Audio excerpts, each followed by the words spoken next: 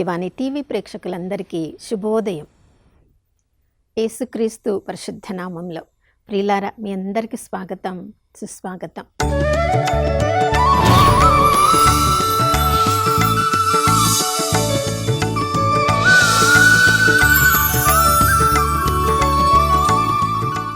గడిచిన కాలమంతా కంటికి రెప్పలా కాచుకున్న ఆ దేవాతి దేవునికి పూర్ణ హృదయంతో, పూర్ణ ఆత్మతో, పూర్ణ శక్తితో వందనాలు తెలియచేద్దాం. ఈ నూతన ఉదయంలో కూడా నమ్మదగిన దేవుడు, విశ్వసనీయుడు, నూతనంగా తన ప్రేమను, కరుణను మనందరిపై కుమ్మరించారు ప్రియులారా. కాబట్టి ఆనందంగా, విశ్వాసంతో ఆ ప్రభునకు సాక్షులంగా ఈరోజు అంతా జీవించుదాం. ప్రియులారా, ప్రతిరోజు మన జీవిత విధానం గురించి, మనం చేయవలసిన కార్యములను గురించి, మనము ఏర్పాటు చేసుకున్న నిర్ణయాల గురించి ప్రతిరోజు మనము వాటి గురించి ఆలోచిస్తూనే ఉంటాం. ఉదయం లేవగానే ఎక్కడికి వెళ్ళాలి, ఏమి చేయాలి, ఎవరితో కలవాలి, ఏ పనులు చేయాలి, ఎక్కడెక్కడికి వెళ్ళి రావాలి, అన్నీ కూడా ఉదయమే మంచి పట్టికను వేసుకుంటాం. మంచిదే. చూడండి, ఈ శరీరాన్ని మనం పోషించాలి. ఎందుకంటే మన అసలు రూపమైన ఆత్మకు ఈ శరీరం అనే గుడారంలో మనము చోటు ఇస్తూ ఉన్నాం. ఈ లోకంలో మనం మనుషులంగా జీవించాలంటే ఈ శరీరము మనకు అవసరం.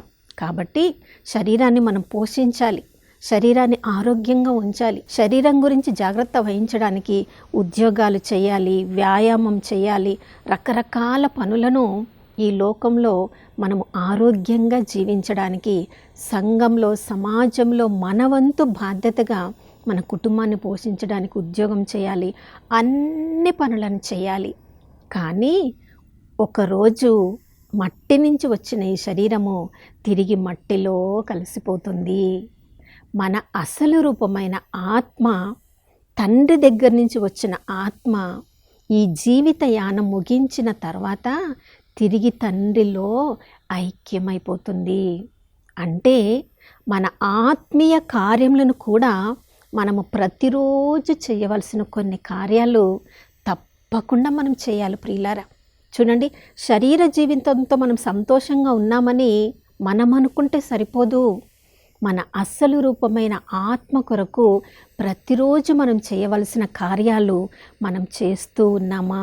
తెస్సలోనిక ప్రజలకు రాసిన మొదటి లేఖ 5వ అధ్యాయం 23వ వచనంలో మనలో ప్రాణము, ఆత్మ, శరీరము 3 భాగాలు మనలో ఉన్నాయని మనకు వాక్యమే స్పష్టంగా తెలియచేస్తుంది. మరి శరీరం గురించి రోజంతా దాని గురించి నిర్ణయాలు చేసి ఆ నిర్ణయాల ప్రకారము కార్యసిద్ధి జరిపించుకునే మనము మన ఆత్మీయ జీవితం గురించి మనం రోజు చేయవలసిన కార్యములను మనం చేస్తున్నామా? ప్రియులారా, చూడండి, కీర్తనకారుడు 61వ కీర్తనలో 8వ వచనంలో ఈ విధంగా చెప్తున్నాడు, నేను నిన్ను సదా కీర్తించెదను, ప్రతిరోజు నేను నీకు మొక్కులు చెల్లించెదను. ప్రియులారా, మన ఆత్మీయ జీవితంలో ప్రతిరోజు దేవునితో మనం సంబంధాన్ని కలిగి ఉండాలి. ప్రభువుకు మొక్కులు చెల్లించాలంటే ఆ ప్రభువు సన్నిధిలో మనం సమయాన్ని గడపాలి. చూడండి, అది కూడా ప్రతిరోజు అని చెప్తున్నాడు. మరి ప్రతిరోజు ఆ ప్రభు సన్నిధిలో మనం గడపాలంటే, ఆ ప్రభువుకు మొక్కులు చెల్లించాలంటే ఆ ప్రభు సన్నిధిని మనం వెతకాలి. కాబట్టి ప్రతిరోజు ప్రభు సన్నిధిలో మనం ప్రవేశించాలంటే స్తుతి, స్తోత్ర గానములతో ఆ ప్రభు కొరకు మనం ఎదురు చూస్తూ స్తోత్ర గానములను, గీతములను, కీర్తనలను పాడాలని ఎఫెసీయులకు రాసిన లేఖ 5వ అధ్యాయము 19, 20 వచనాల్లో మనం చదువుతున్నాం. మనం ఒక గుంపుగా, ఒక కుటుంబంగా చేరి మన ఆత్మీయ కుటుంబంతో కలిసి మనం ప్రార్థన చేస్తున్నప్పుడు స్తోత్ర గీతములతో, స్తుతి గానాలతో ఆ ప్రభు సన్నిధిని మనం వెతికినప్పుడు ఆ త్రియేక దేవుని సన్నిధిని మనము అనుభవించగలము. ప్రియులారా, ఆ ప్రభు సన్నిధి మనం అనుభవిస్తూ ఉన్నప్పుడు అప్పుడు రెండవదిగా ప్రార్థన చేయాలి.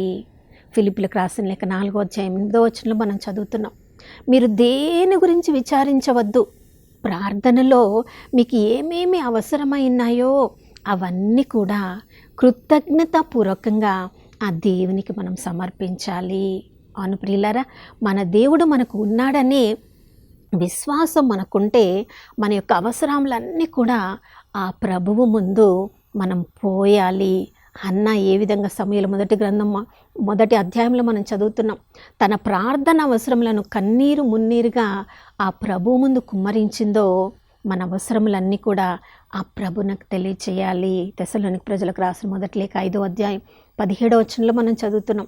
సదా ప్రార్థించండి అని ఆ ప్రభువే మనందరినీ కూడా ఆహ్వానిస్తున్నారు. ప్రియులారా, మరి మన అవసరములన్నీ ప్రభునకు తెలియచేసిన తర్వాత ప్రభువు వాక్యం ద్వారా మనతో ఏం మాట్లాడాలని ఆశపడుతున్నారో వాక్యాన్ని చదవడం ద్వారా ప్రభు స్వరాన్ని ప్రతిరోజు మనం వినాలి. చూడండి, అపోస్తలుడైన పౌలు తన అనుభవాన్ని ఇలా మనకు తెలియజేస్తున్నాడు. అపోస్తల కార్యములు 17వ అధ్యాయంలో మనం చదువుతున్నాం. బెరయాలోని ప్రజలు మేము ఎంతగా సత్య సందేశాన్ని వాళ్ళకు బోధించినప్పుడు గొప్ప ఆపేక్షతో వాళ్ళు ఆలకించడం మాత్రమే కాదు, సంతోషంగా దాన్ని స్వీకరించడం మాత్రమే కాదు, మేము చెప్పింది నిజమా కాదా అని వాళ్ళు లేఖనములను పరిశీలించారు. ప్రియులారా, కేవలము ప్రతిరోజు వాక్యమైన మన పాదములకు దీపమైన వాక్యాన్ని చదవడం మాత్రమే కాదు, దాన్ని ధ్యానించడం మాత్రమే కాదు, పరిశీలించాలి. దాని కొరకు మనము సమయాన్ని వెచ్చించాలి. సామెతల గ్రంథం 3వ అధ్యాయంలో మనం చదువుతున్నాం. మనకు తెలిసిన జ్ఞానము, మనకి ఏమి నిర్ణయాలు తీసుకోవాలో మన సొంత జ్ఞానముతో, మన సొంత తెలివితో మనం ఏమీ చేయలేం ప్రియులారా. కానీ వాక్యము ద్వారా ప్రభువుని ప్రతిరోజు మనం చేసే కార్యాలు, ప్రభువా నేను ఈ స్థలానికి వెళ్ళవచ్చా లేదా, ఈ కార్యం నేను చేయవచ్చా లేదా, నేను ఈ సంఘటనలో ఈ యొక్క పరిచర్యలో నేను వెళ్ళాలా లేదా, అన్నిటిని కూడా ప్రభు యొక్క వాక్యాన్ని చదవడం ద్వారా మన నిర్ణయాలను కార్యాచరణ చేయాలా లేదా అని మనం నిర్ణయించుకోవచ్చు. కాబట్టి ప్రతిరోజు కూడా వాక్యాన్ని ధ్యానించడానికి మనం సమయాన్ని వెచ్చించాలి. 4వది ప్రియులారా, వాక్యాన్ని చదివినప్పుడు దేవుడు మన జీవితాన్ని వాక్యం అనే అద్దంలో చూసుకోవడానికి ప్రతిరోజు మనల్ని ఆహ్వానిస్తాడు. కాబట్టి ఆ అద్దం అనే వాక్యంలో మనల్ని చూసుకుంటున్నప్పుడు మనల్ని మనం త్యజించుకోవడానికి, మన సిలువని ఎత్తుకోవడానికి, ఆ ప్రభువును అనుసరించడానికి వాక్యం మనల్ని ప్రతిరోజు ఆహ్వానిస్తుంది. వాక్యాన్ని చదివాము, ధ్యానించాము, మన జీవితంలో ఉన్న కొన్ని సంబంధాలు వద్దు అని వాక్యం చెప్తుంది, కొన్ని స్నేహాలు వద్దు అని వాక్యం చెప్తుంది, కొన్ని అలవాట్లు వద్దు, ఈ వ్యసనాలను వదిలించుకో అని వాక్యం చెప్పినప్పుడు దాని ప్రకారం మనం జీవించడానికి ప్రతిరోజు కూడా మనము మన యొక్క జీవిత విధానాన్ని పరీక్షించుకోవాలి. ఎలాంటి స్నేహాలు ఉన్నాయి, ఎలాంటి అలవాట్లు ఉన్నాయి, ఎలాంటి భావోద్రేకాలను కలిగి ఉన్నాము, ఎలాంటి మాటల్ని ఈరోజు మనం మాట్లాడాము. ప్రియులారా, వాక్యంతో సరిపోల్చుకుంటే మన జీవితము మనకు తెలియకుండానే దేవునికి ఎంతో ప్రీతికరంగా మాట్లాడుతుంది. ఈ విధంగా మన జీవితం మార్చబడిన తర్వాత మనకు తెలియకుండానే ఎంతోమందికి మన జీవితము యేసు ప్రభు నామంలో సాక్షిభూతంగా అవుతుంది. మనము మాటల ద్వారా చెప్పకుండానే మన ప్రవర్తన చూసిన వాళ్ళు కూడా మారిపోతారు ప్రియులారా. అందుకని పేతురు రాసిన మొదటి లేఖ 3వ అధ్యాయంలో మనం చదువుతున్నాం. భార్యలకు చెప్తున్నాడు అపోస్తలుడైన పౌలు, మీరందరూ కూడా మీ భర్తలకు విధేయత చూపించండి.